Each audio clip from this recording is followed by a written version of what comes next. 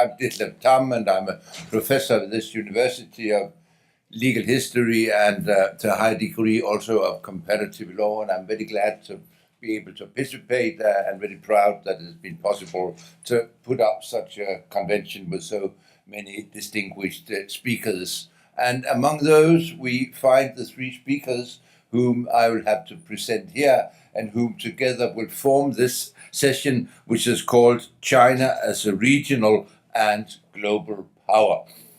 And there are three speakers, and the first speaker is sitting here right at my right side, a veteran within Danish-Chinese studies and relations between Denmark and China, Carsten Thøgersen, who is educated as a sinologist, who has been the Danish General Consul in Shanghai and currently is the leader of the Confucius Institute for Business, one of the three Confucius Institutes which actually are present in Denmark.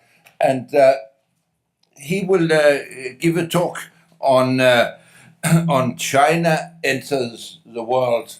Very interesting, as we might think that China is in the world, but now we will hear how China enters the world. And the basic rules for this conference will be that we, due to the high discipline of all of us, are a little late, which will not give us any more time. So we will hope that each speaker can develop his speech in such a way that there will be a little time still for questions, which means that each speaker has 20 minutes, up to 20 minutes, and we will let the speakers talk first, and then we will collect questions at the end, and then it's up to you to see that there is a little time at the end for the questions. I'm looking very much forward to this session and listening to our speakers, and I'll immediately give the word to Carsten Thøgersen. Thank you. Thank you very much, Professor Ditlev Tamm. Without further ado, I will elaborate on the topic China enters the world and why this is the name of the topic. First, for the sake of good order, I'm not a scholar. I'm a diplomat who has been living in China for 20 years and working with China for 40 years. But by education, I am a political scientist and a sinologist. This is the outline. The concentration will be on China's foreign policy since 2013, and also elaboration on the concept of justice and benefit, and to explain to you what that is. But in the first place, China enters the world after the conclusion of the 19th Party Congress in the beginning of November last year. A lot of the trends in China's foreign policy over the last few years have come together. In particular, the speed and the magnitude of policy statements from the Chinese side have been breathtaking. In particular, President Xi Jinping have entered the international stage and proclaimed that China now will be more active internationally as the major economic power China already is. And China today is in a different place than for 30 years ago. Just one figure, China's share of the world's total GDP was in 2016 15%, with 30% of the world's total growth in GDP was generated in China. In comparison, in 1980, China's share of the world's total GDP was 2%, in the 90s 3%, and it is in this situation now for the first time, as I see it, and as I understand China, that China now goes from a more reactive policy to a proactive policy. And I've taken this quote from there are many quotes here and there. I've taken this quote only 2 weeks old from the New Year speech of President Xi Jinping. And what he says is, it's in a very modest way, but said by a Chinese leader, it comes with more weight. He says, China is a big country. When we have what we have on our mind, we will speak up. And this is not usually what China has been saying over the years. I'll just take you on a very short view over China's foreign policy since the Second World War. Just for your reference, maybe some of you have heard about the famous paper tiger interview in 1946.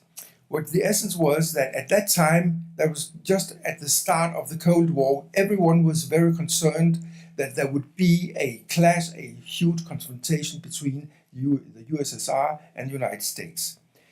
In this interview, Mao Zedong said, no, this is not what's going to happen. The real conflict will be in the zone between, in the area between the two new superpowers.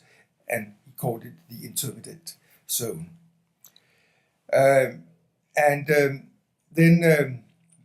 Just to recapitulate, there was 10 years, which the 70s was a decade where a lot of things changed in China's perception of foreign policy.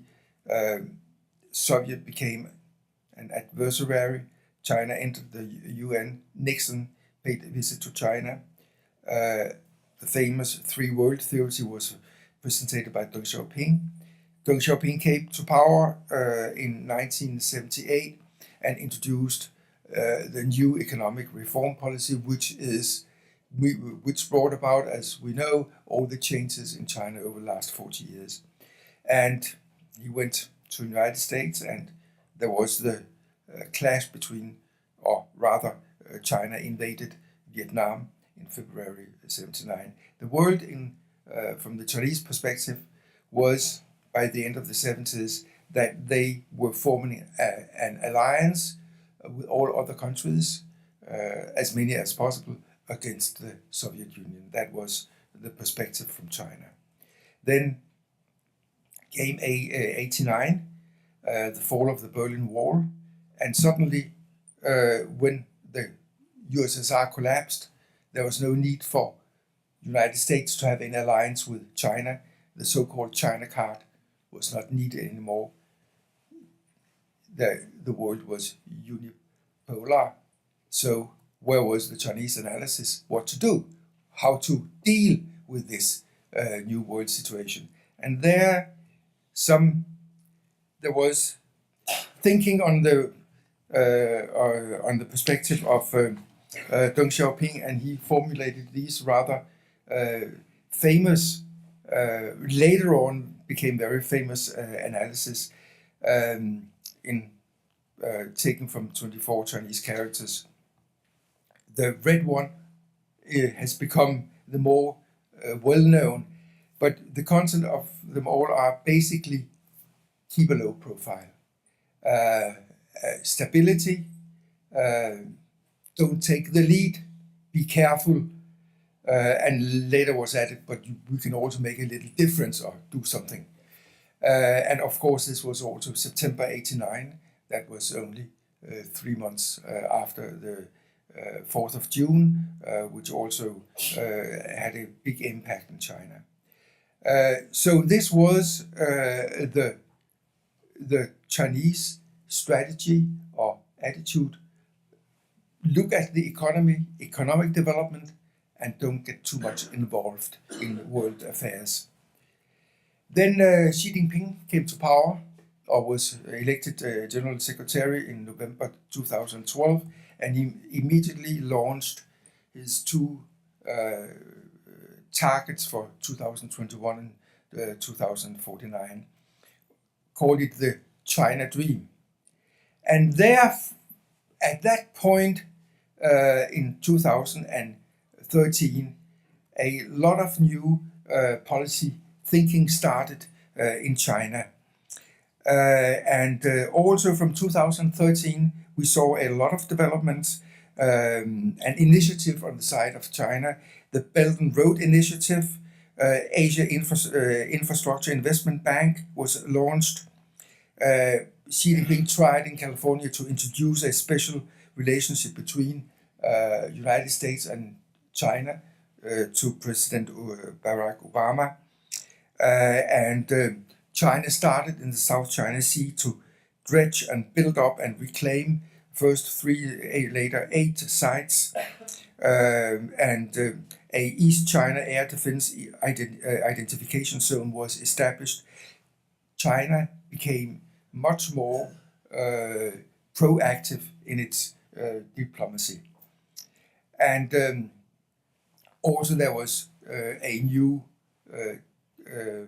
text or sentence launched, 分法有为, try to do something, be more proactive, replacing the previous observations from or sayings from Deng Xiaoping from 1989. And also in 2016, China, presented by Xi Jinping, started to address major international issues in a more assertive way at international conferences, in the G20 in Hangzhou, at the World Economic Forum in Davos in 1 year ago, and so on.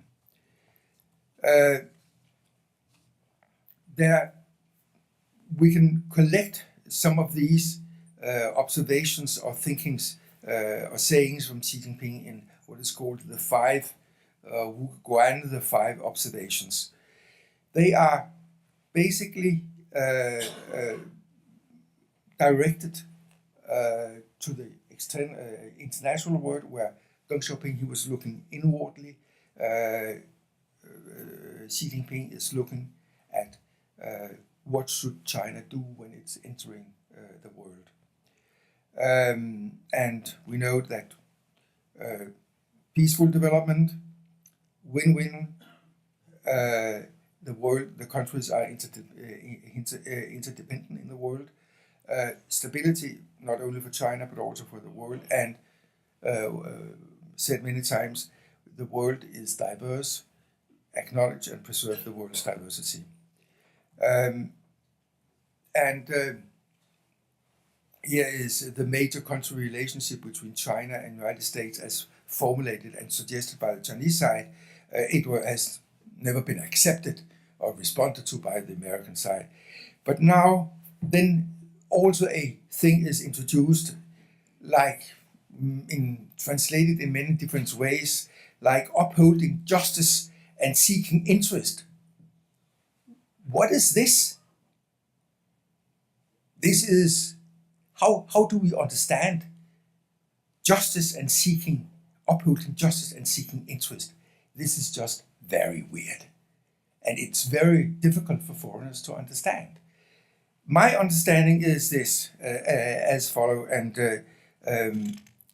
that it's from 2014. Now the Chinese policymakers, they're going back to the Chinese classics and drawing their thinking for foreign policy on.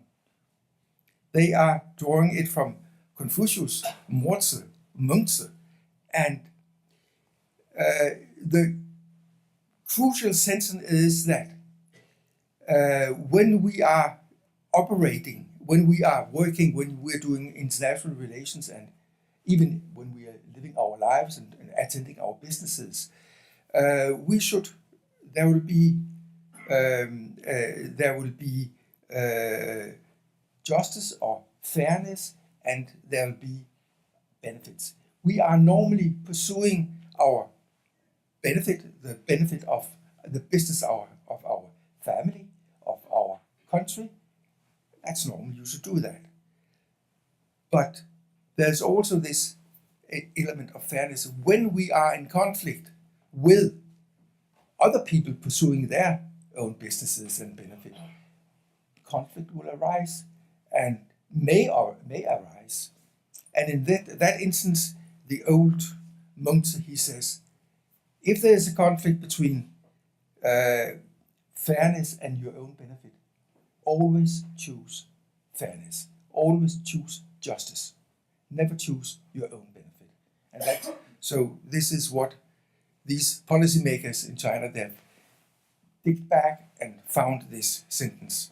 Also, the last sentence is, the justice is heavy, are important, benefit is the lighter one. We have this distinction, actually, also in Europe, that we are talking about an idealistic foreign policy as one thing, and then we have a realpolitik, the realism, the cynical or the real power politics on the other side. So these are two different things. In the Chinese understanding, these things are actually part of the whole. And therefore, it is straight. My point is here that what we can expect now, China is going out in the world. Chinese companies, Chinese government, Chinese entities, of course, they will pursue their interest, their own benefit. They'll expect us to do the same. They will not come and tell us how we should pursue our own benefit. They expect we're doing this. So this means in trade issues and so on, we really have to prepare ourselves and tell the Chinese, this is not fair. Our interest clashes with your interest. We have to promote this and this and this. And then what internally are talked about on the Chinese side, they will know from these writings that, okay, if we have a conflict of interest, then we should seek fairness and balance. And this is let's see what happens. But this is the understanding on the Chinese side, and so so this is the understanding of this. You can see upholding justice and seeking interest. It is, you can see it in different Chinese texts, but it is not that easy to understand actually.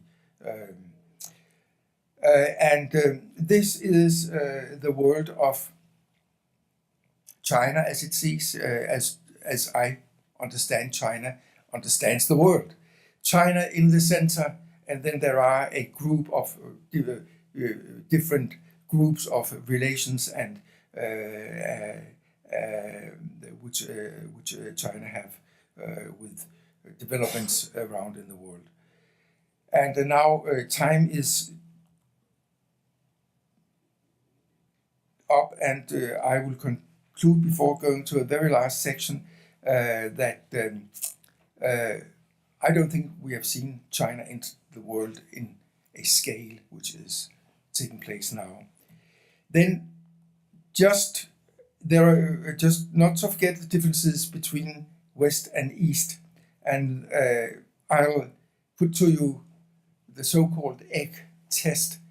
It's not quite scholarly, although it is designed by a very famous professor, Canadian professor in philosophy. But it's taken here just to remind ourselves of the differences in Eastern and Western thinking. So here comes the egg test.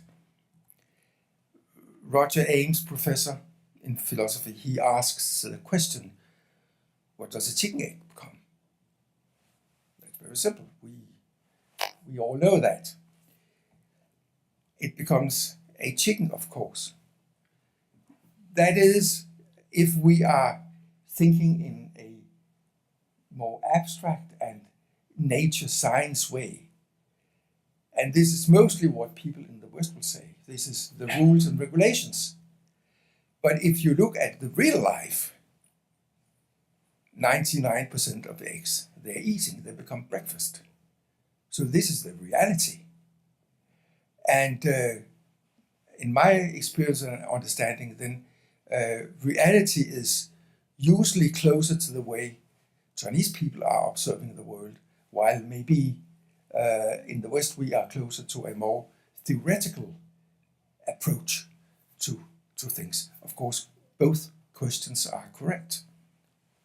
And based upon this, you can also look at the thinking in East and West, where this is very schematic and the picture is not black and white, so to speak. But in the West, we have a more logical, linear way of thinking, and in the West or in the East, have a more holistic or Hongguan, overall macro way of looking at things. The West, we will usually say on this holistic way of thinking, it's not logic. It's daydreaming, it's not concrete. While the East will say this is maybe a too one-dimensional way to look upon things. And then we can add more words to it, that in the West we are very good at thinking in ideology, religion, either or, black and white, justice, theory, abstract, rules and regulation, focusing on the individual person, whereas in China they're better at, more often it's Yin Yang, going all that way back, almost 3,000 years. A holistic way, both and, now just learn about justice and interest, E and Li, pragmatism, the concrete thing, the realistic things, flexibility, arbitration, and the family. And from the Western side, the view will be this way of thinking in China. There's no logic, no rules, no ethics, no morality. It's injustice. It's not working. Whereas the Eastern side will be, maybe it's too one-dimensional, black and white, fundamentalistic, dogma, confrontation, and no harmony. Everything is, both are correct, and there's nothing wrong here. It's just diversity. And with this, I am on 20 minutes and not 21 minutes. So thank you. You should be thanked not only for keeping the time, but also for this really insightful and thought-provoking speech on basic differences, which should be overcome perhaps by what we are just talking about as the main subject of this conference. Thank you very much. The next speaker is Professor Jørgen Delman, who is also a sinologist and a veteran of studies of sinology and Danish-Chinese relations for many years. He's a professor of this university in an institute which you always have to look what it's called. It's the Department of Cross-Cultural and Regional Studies. I've always wondered why we do not have just a center or a department of China, which would be in itself important enough. But as you will see, China is part of a bigger world, but cross-cultural. And what we are going to hear today is also a subject which crosses borders in many ways. Jørgen Delman has for many years studied especially the political system of China and how that system influences on different challenges in the later years, especially the climate challenges in China. So what we're going to listen to, if I understood right, is so to say a presentation of ongoing research on a high level and on a very, very interesting and important subject. It's called Setting an International Example for Urban Green Development. And the place is one of the most beautiful places we all know in China, namely Hangzhou by the West Lake. Please take the word. And if you could also restrict yourself to a little less than 20 minutes. Yes, I'll do my best. And thank you for inviting me to give a presentation here. I'm not an expert in commercial dispute resolution, but I've been trying to give my topic which actually is what does climate change do to the Chinese political system and international dimension. And I think there's a general proposition in the world right now, following what Carsten has said, that China may become a global leader in climate governance because the US has withdrawn from the Paris Agreement. There are great hopes for China's engagement in climate governance, but my argument is that if that is going to happen, there's another dimension that is that China's global power must be anchored at home. And I have to apologize to some of my colleagues here because they've heard part of this presentation before, but hopefully to the rest of you it's new.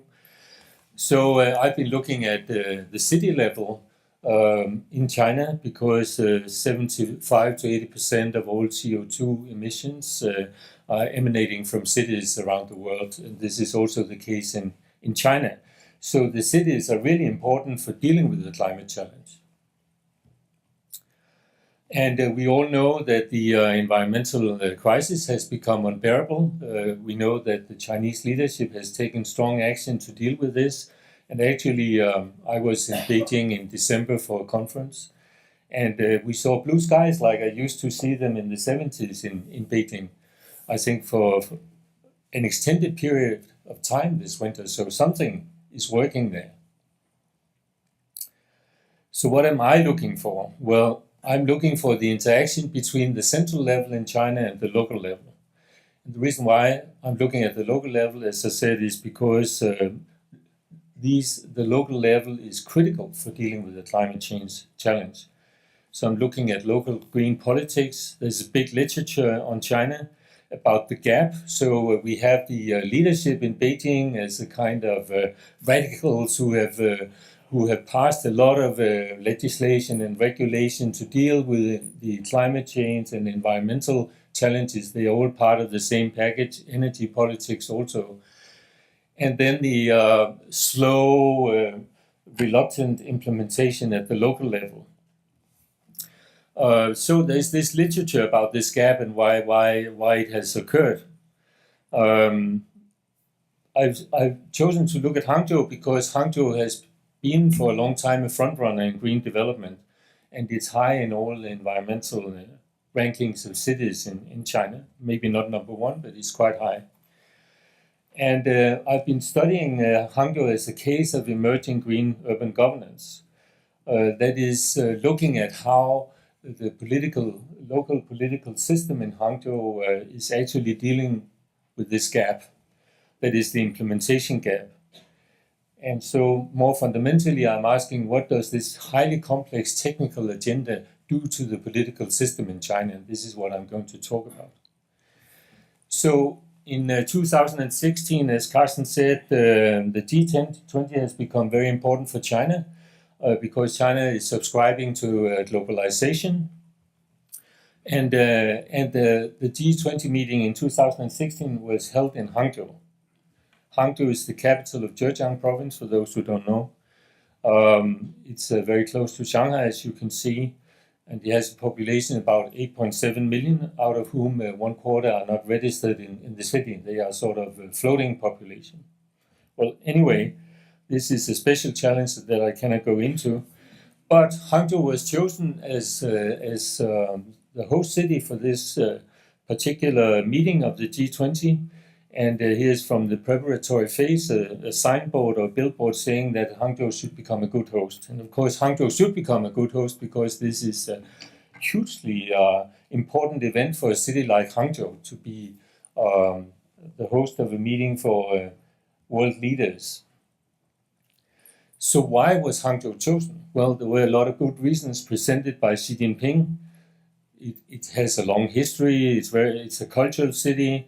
It's a center of business and trade in China, and actually it has many more headquarters of Chinese private companies than any other place in China, and certainly many more than in Beijing. So when you talk about globalization, it might be a good idea to be there. This is where Alibaba has its headquarters. It's an innovative and vibrant city, he said, with booming e-commerce.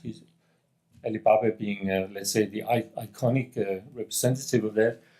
leader in ecological conversation. So here we are. It's been chosen because Hangzhou has been doing a lot to deal with its environmental crisis for the last 20-25 years.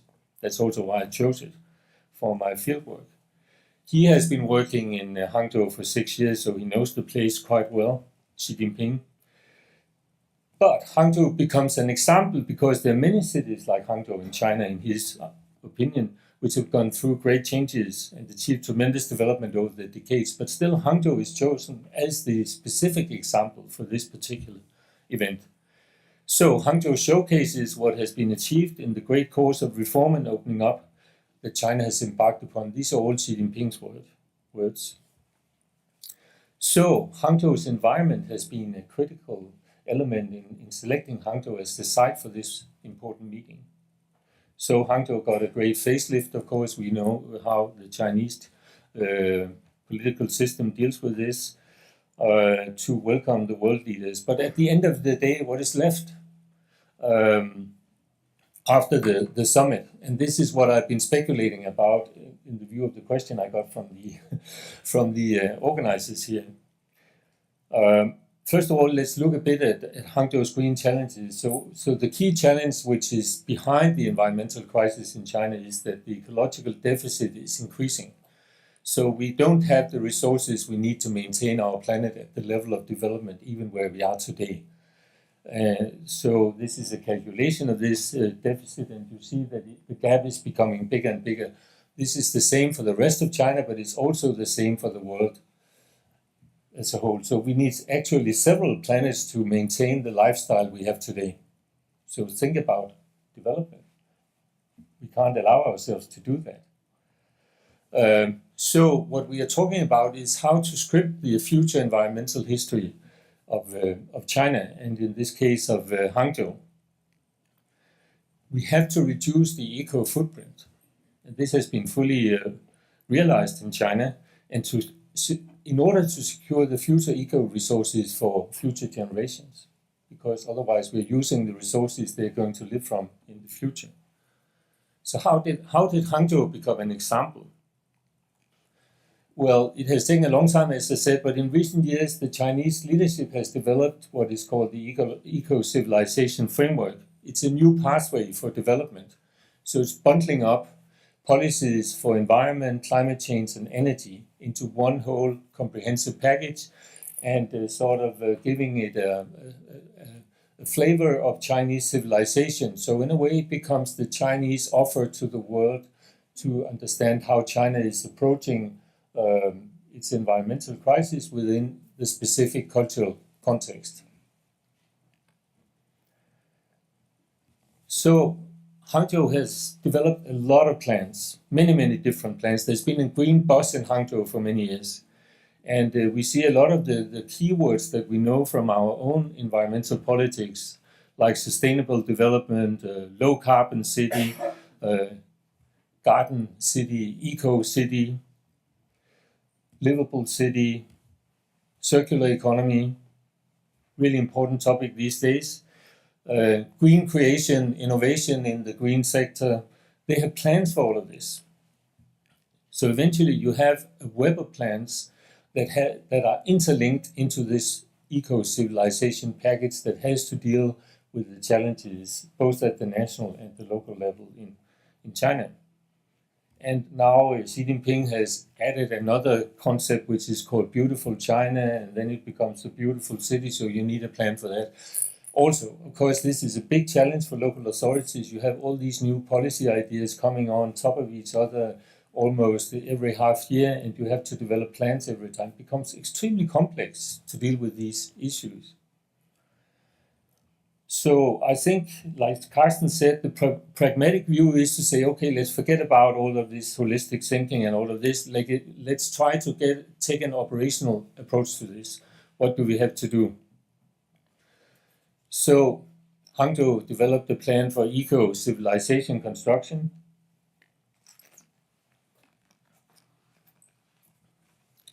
And they have a strong focus on the implementation mechanisms. And this is what interests me, because I was interested in how do they address this gap that we have seen in the past, that environmental policies are not being implemented.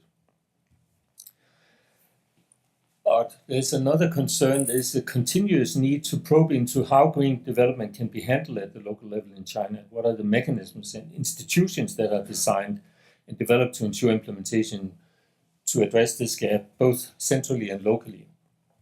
So Hangzhou has its plan. It has 35 key targets from 2010 to 2020, ranging from the economy, environment, residential areas, culture, but then also instruments and systems, which is what I'm preoccupied with, because I come from the sort of political science angle to look at these issues. So I'm looking at governance. So there are plans and guidelines. This is very traditional in China, but there's also a more comprehensive system of targets and indicators, so they become more and more specific, and I'll explain in a minute how this affects the local authorities. They need to develop regulations clarifying property rights, and of course this relates to what you're discussing here today.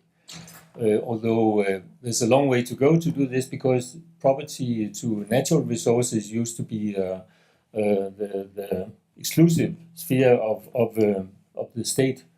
Now, if you use resources, you need to pay for it. You need to compensate somehow for the use of resources in order to restrict the use of resources and avoid the phenomenon of looking at resources as a kind of common resource. And all within the framework of this eco-civilization framework, now the Chinese authorities are looking at how can we integrate all these various plans into master plans that take into consideration the need for the green turn in our development, and for incorporating all these specific targets into one plan that is coordinated across a host of city departments. Another new dimension in environmental politics is a central red line for ecological protection. So they are trying to set standards for the use of resources, for pollution, and so on and so forth. So the aim is to control, protect the use of vulnerable resources.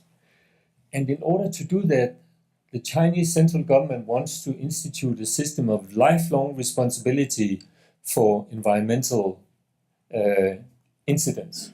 This means that if you're responsible for an environmental incident under your charge, but it's not detected until years later, you can be made responsible lifelong. I don't think you have any other country in the world that is trying to do this. This will, of course, put a lot of pressure on officials. So one of the mechanisms that are being put in place in China to deal with this implementation gap are these restrictions and disincentives, you could say, on local officials. How it's going to work, we don't know yet. But I think even more interesting, we see new pathways to deal with these challenges in the way that policy instruments are being developed. So there's a shift in governance. New public management has been completely accepted in China. It's being used widely to control and guide local authorities and officials. So if we look at this slide, we have typically, not only in China, but anywhere in the world, in climate change, environmental politics, we have three types of policy instruments. We have command and control instruments. The Chinese party state is very used to using them because that's its traditional way of operating. So you have plans and targets and all of this, and you try to force the local authorities to implement them. It doesn't work so well, as said. Your measurable performance indicators, that's part of the new public management system. You have responsibility contracts, like we know them under the new public management. They are being continuously developed in China. In Hangzhou, you can see these contracts being published for the citizens to actually see what local officials are being responsible for. You see environmental targets becoming more and more important in these contracts. You have a system in Hangzhou of performance reviews that is very different from what you see around China.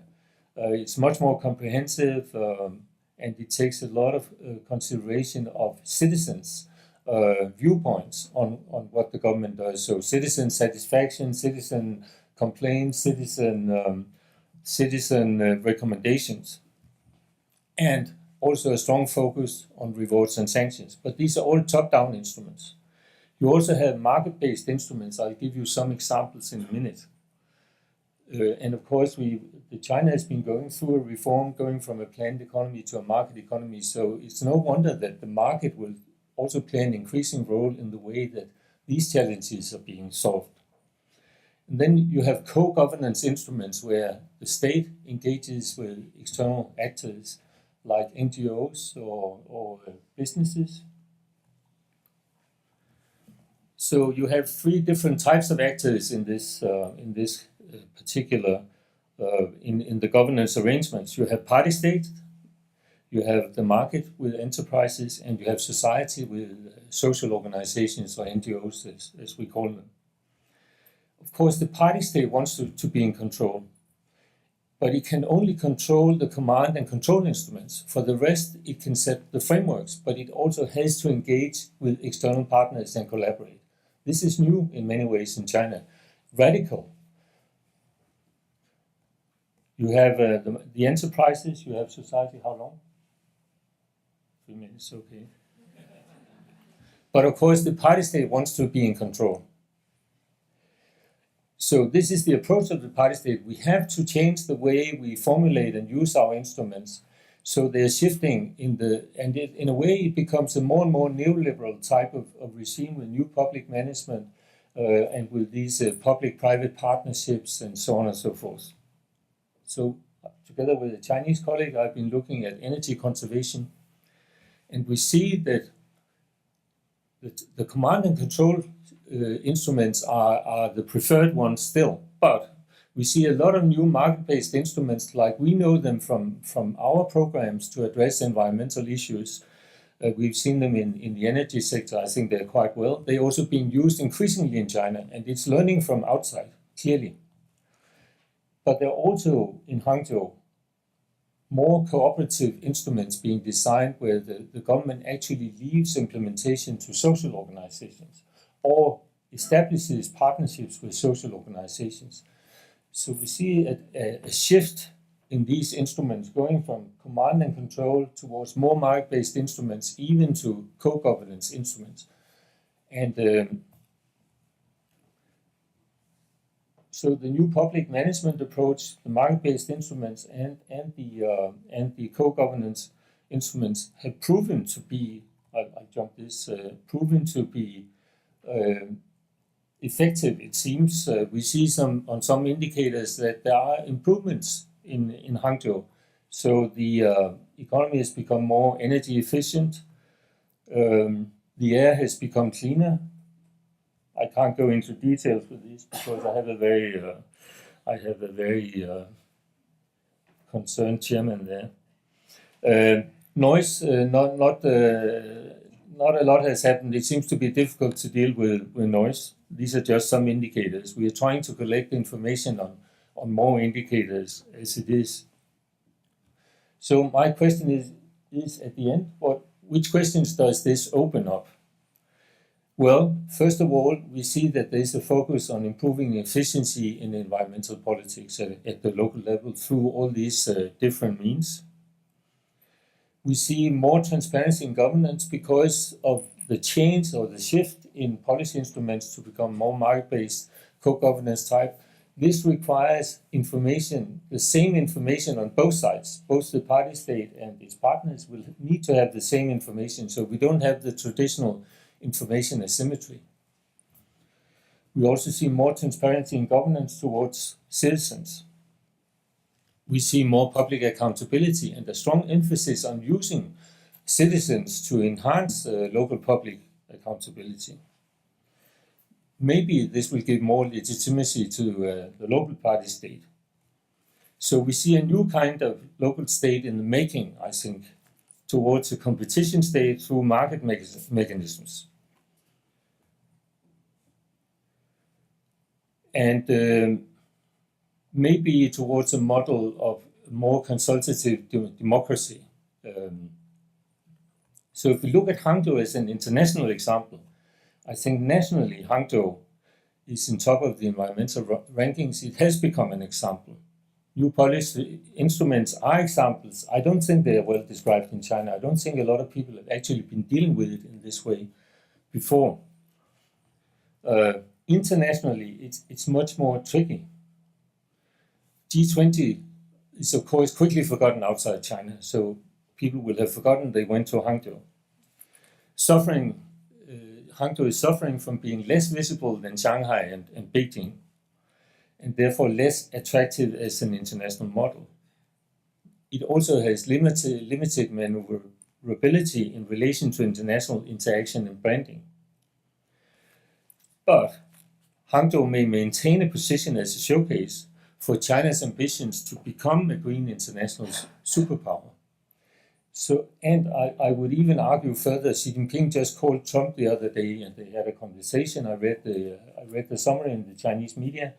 And one of the things he emphasized was that if we want to maintain our good relationship, we have to strengthen the relationship between local authorities. So I think this is part of China's new power that you talked about, is more active sub-national diplomacy. And using cases like this one as examples of how you can deal with challenges that are common in the world. Thank you.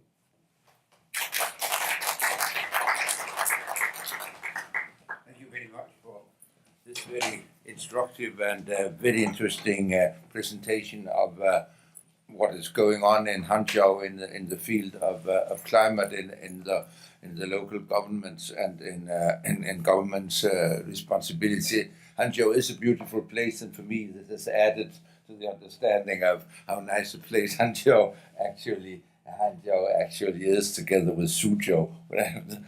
But the next speaker in this triad we have here would be Professor Wusheng, who comes from the Department of Food and Resource Economics at this university.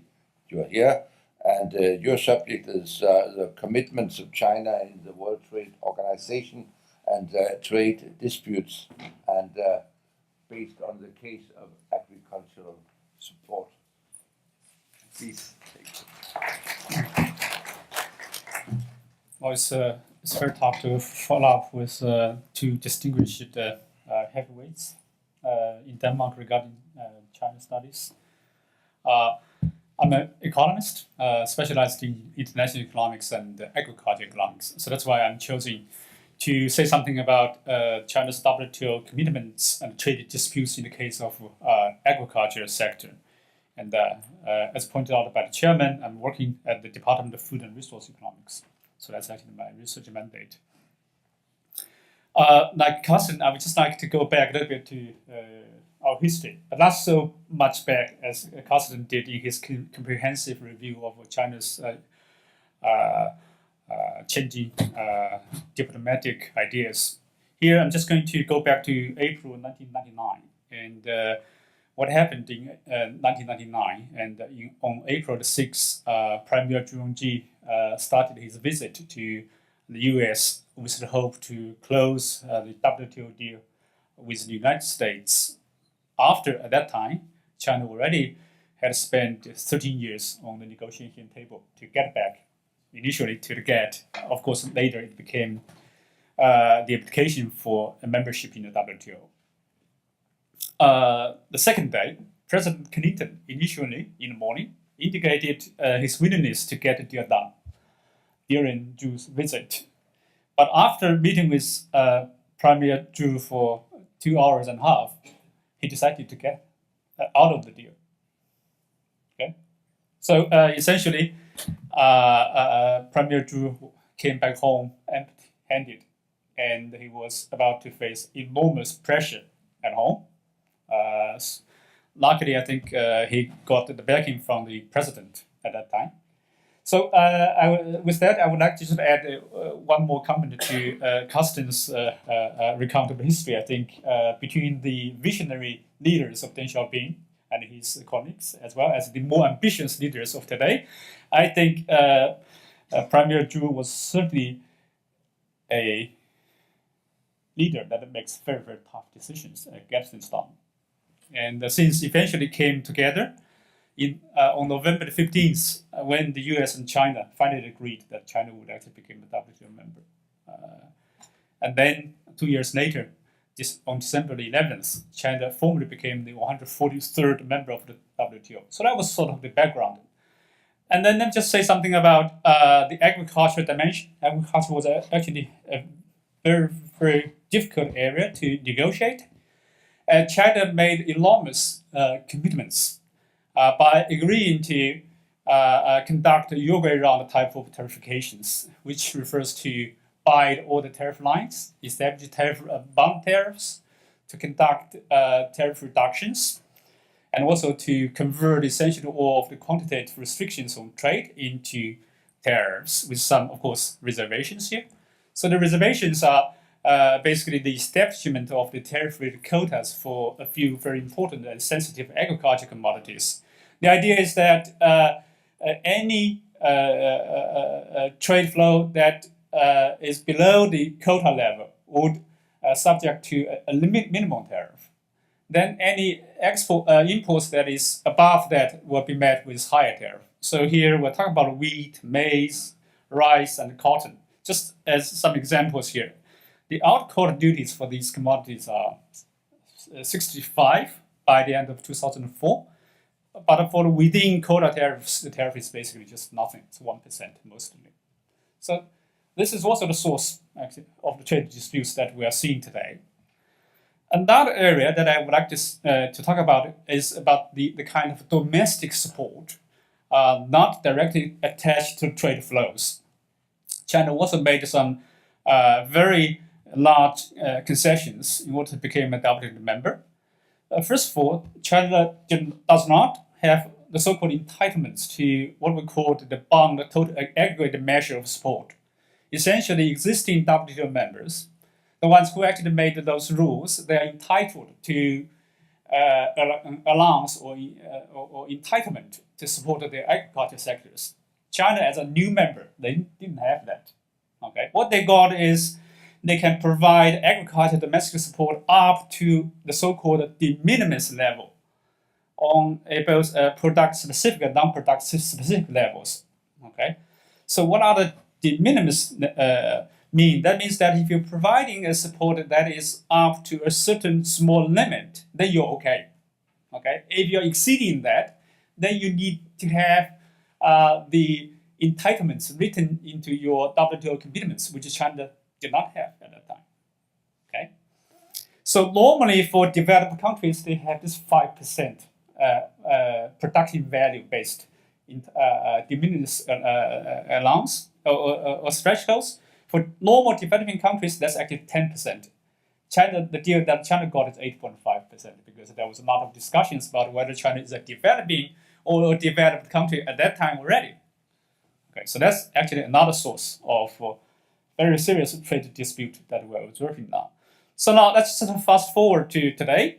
Just looking at the disputes that were raised in front of the dispute settlement body of the WTO. I'm just taking some screenshots for the WTO's website here.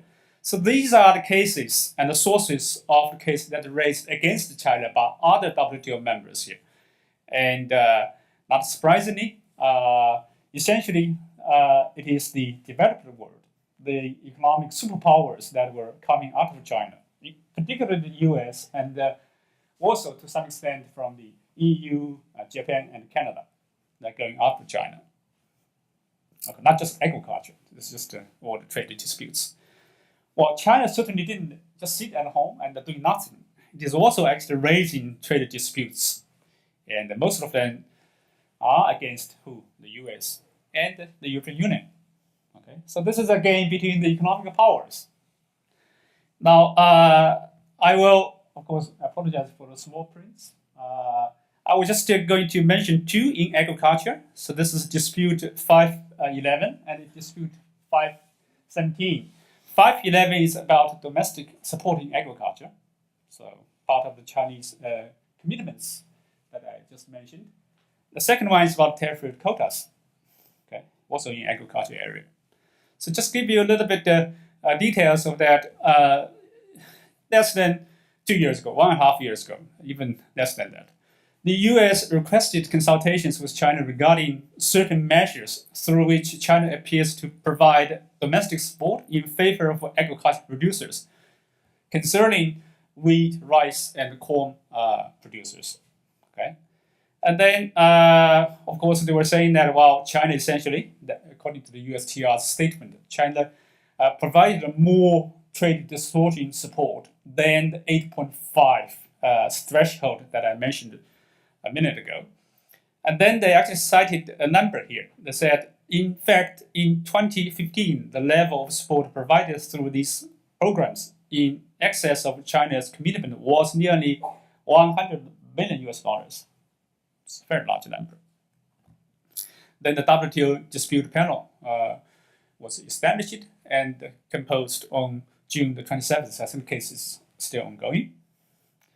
The next one here is regarding the tariff rate quotas for rice, wheat, and corn again. And there, the U.S. raised some technicality issues regarding the Chinese administration of these tariff rate quotas not being reasonable, not being fair, not being transparent. So I will not go through all those legal texts because I'm not expert in that area. Again, the U.S. requested the establishment of a panel in the WTO, and on the 22nd of September last year, the panel was established, but not yet composed.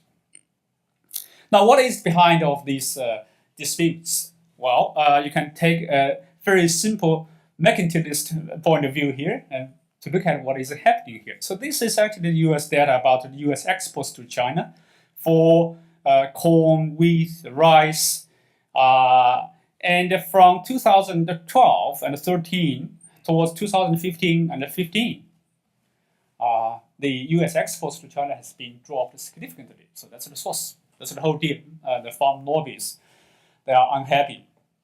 Senators and the congressmen from the farm states, they are unhappy. So they have to do something. But look at the situation in China. I'm just trying to provide a little bit of economic analysis and some facts here. But what is puzzling here is that Chinese prices and costs for producing those commodities has been on sharp rise and actually a continuous rise from the early 2000s. Okay, so if you look at this red bar here, these are the Chinese price, for example, for rice and also for wheat. The world market price is this line here, is falling below the Chinese price. Even if by taking into consideration of 65% import tariff, the tariff inclusive world market price is still lower than the Chinese price. So in that situation, China should have actually imported more, but they didn't do that. So that's the puzzling part. So I have some similar pictures for all the other commodities. Now, what is happening? Well, with the rising Chinese cost and the price, the Chinese production is also rising very fast. So, they produce at high cost. Things from the rest of the world, including the US, are cheaper, but the Chinese continue to raise the production. So that's the problem. And from my other analysis, I certainly pointed out that, it is the trade policy and the domestic policy that China has been exercising during that period that is supporting the high-cost production, okay, against enormous pressure to import more. So what happened in the last few years is really the Chinese provided a lot of domestic support, which supported the high cost of domestic production. And then they're also facing cheaper imports because of downstream industries, for example, for corn. They would like to use the cheaper US corn, but they can't because of the trade restrictions. And then too much productions, then China actually end up actually putting a lot of things in their warehouse. Okay, so that's the reality. So that's sort of domestic struggle China is facing. And according to some estimates by Chinese experts in China, closing to the policymakers, for corn alone, China actually spent around 10 billion US dollars a year just for the warehousing cost. Okay. So, and then if you take another look, the OECD is providing some estimates about economic estimates about the Chinese support. And here there was this general rising trend. So this is the percentage of the agricultural support as in the value of production, okay, in the agriculture sector. And that number is about 16% in recent years. Okay. Roughly speaking, that corresponds to the 8.5 threshold that we're talking about, if you only talk about the economics. So China has been exceeding that. And then just going to the, but of course the US came with some really large numbers in terms of the spending. They were talking about $100 billion over and above the allowed support that China was providing to the agriculture sector. How did they came with this number? There are some very, very good economists from Canada, last spring, and David Auden, the audience from the US. They did a very careful analysis trying to figure out what is actually behind the $100 billion US calculation that the USTR was citing in their press release. And here then, that's actually lawyers' language and all. That's not actually the economic analysis here. So what is happening when you're calculating this kind of support in WTO terms? You are gonna take in the administered prices, okay, used by the government to support the agricultural commodities, and then you're going to find how different that price is against a fixed external reference price on the world market during a fixed reference year in the period of 1996 to 1998. Then you're going to take that price differences and multiply that with the amount of agricultural outputs that are eligible for receiving that kind of agricultural support. Then you came back with that estimates. And then these, according to that method, they came with a percentage, okay?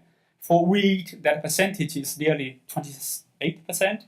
For corn, we're talking about nearly 50%. For rice, if we were using unmilled fixed external reference prices, then it's 34%. And then there was some for technicality issues that China were using actually to calculate that on its own report to the WTO that is come up with 6.1%. So the message here is that the US, does have a case. Okay. Now, let me just talk about the Chinese reactions. There are some recent policy changes in China, not very much motivated by the international pressures, but just about the Chinese policymakers in that area actually has messed up their policy. Okay, so they're actually doing some corrections by trying to make those policy to comply with the WTO commitments. Then, of course, China was also trying to appease the Americans. In the recent past, Trump visited Beijing, and the agriculture orders were part of the deal. Now, let me just conclude because the chairman is giving me, this is my last slide. I hope that I can finish this one here. So the first conclusion that I reached is that fulfilling international commitments in a vastly changed situation for China is nothing but easy. I think this is a huge challenge, huge challenge. I'm not going to defend China, but there are some, I'm just trying to figure out their mentalities here. So in China's defense, I think there are certainly questionable, outdated formulas, and behind them, I would say that really lousy economics, I'm sorry, for calculating the kind of supports regarding fixed reference price and eligible productions. I think there are a lot of things that has to be discussed. I think those would be actually the struggles of the highly paid lawyers and as well as their the economists they're hiring, right? They're going to figure that out. But it's really outdated. And then China didn't have bound total MS entitlements to support agriculture, and that to the Chinese policymakers is not fair. But again, they signed up for that. Agricultural support also needed. If you listen to the number one document, for food security and development purposes. So that's sort of the Chinese defense from their mind. And then commitments, certainly they signed in 2001, is just not reflective of their growing economic size. Then I'm just going to conclude by offering some questions for the world at large to ponder here. So the fairness, Chinese agriculture support as measured by the OECD is about the OECD average. It's not exceeding the average. So that's the first point. The second point, China, despite its growing economic size, it is still facing the development challenges. The third one, I think this is probably, to me, is the most important message. Because the kind of struggles in the WTO between the super economic powers are so big. I was just wondering whether or not the WTO would be a useful economic mechanism for China, actually. Because if the rest of the world would not want to accommodate China of today in those institutions, then it is really hard to imagine what is going to happen. Because China has already opened up some other channels regarding economic governance. So I think these sort of tough questions the rest of the world would have to ponder, while China is trying very hard to order its own commitments in the existing institutions. Yes, thank you.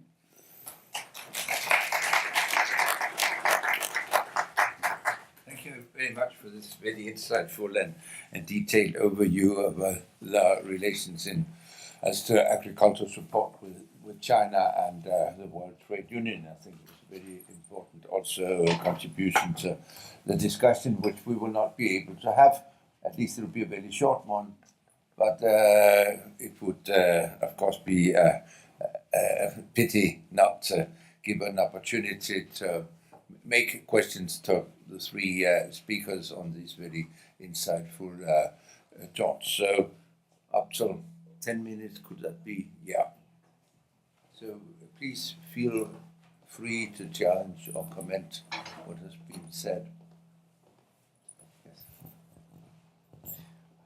Thank you, Raj. My name is Bingwan Xiong from the University of China, and I have a couple of words, perhaps comments, to Professor Jørgen Delman. And I'm quite interested in your speech and in terms of your construction of the political relationships between the central government and the domestic governments.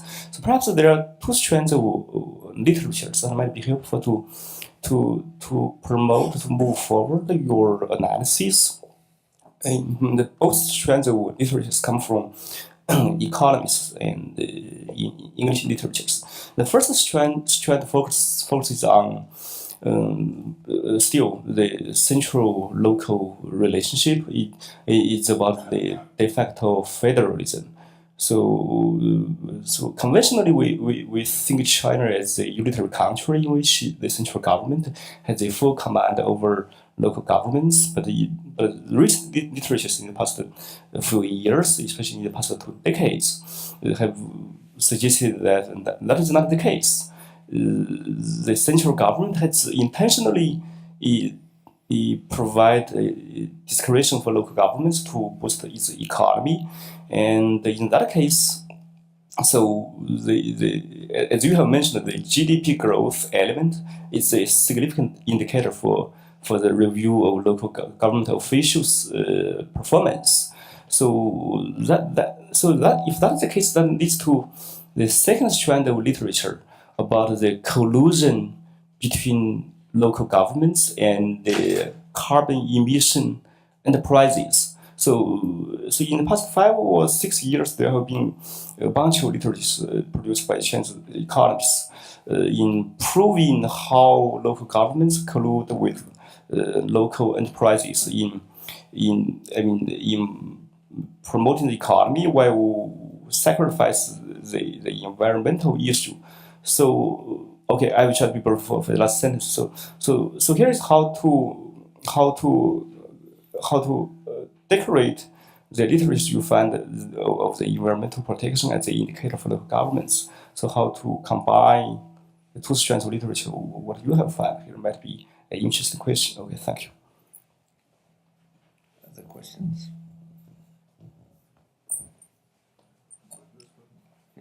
Yes, I can comment. Yes, I know these two strands of literature.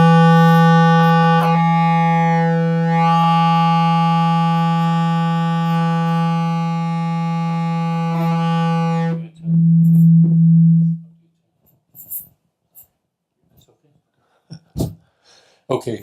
Yes, I think you're right. Both of these could be helpful in explaining what is happening. And actually, my next project is dealing with the last one. But I think with federalism, yes, that's true. But there are certain mechanisms in the Chinese system that sort of maintains the central control, as you know. So it's called the de facto federalist system, not a de jure federalist system. But one thing that puzzled me in Hangzhou was that they have these targets for renewable energy and the energy supply, and they have to increase to a certain amount. I think it was 20% by 2020. And then I asked the local authorities, can you actually demand that you get this share of renewable energy from your local energy supplies? No, they can't. So that's organized, that's controlled at the provincial level. So they've got no control over the supply they get. If you change that relationship and make it a supplier-customer relationship, you would have an entirely different situation. And then maybe that would more comply with this idea of federalism.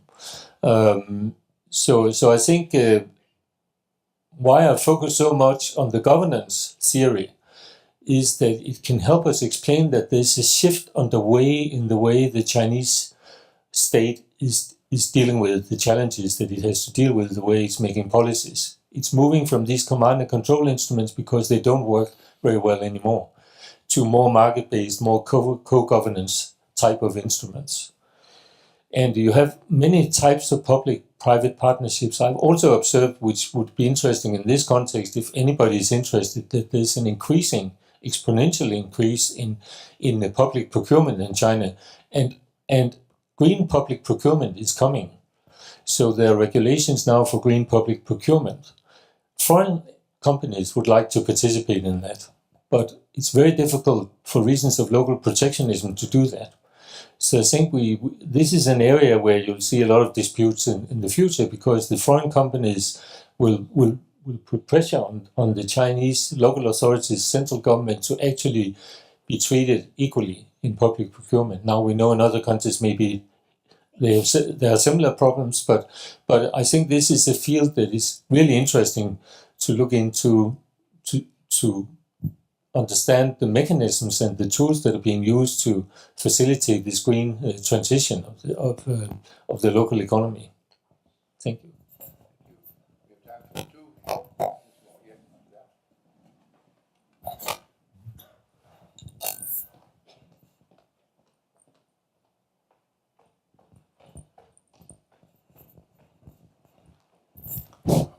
Well, thank you. My name is Liu Chunrong. I'm from Fudan University, Fudan European Center for China Studies here.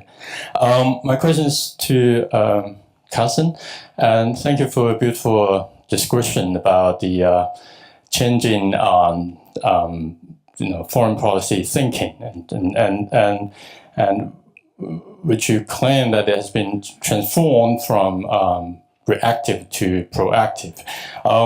I'm just curious to know more about your insights, your views about what is the driving force behind this. There has been a lot of debate on this. What is your views on this, and how do West? There has been different perceptions and reactions from the West to such a transition. So, what is your take on this? Observations on Western perceptions on China's foreign policy thinking. Thank you.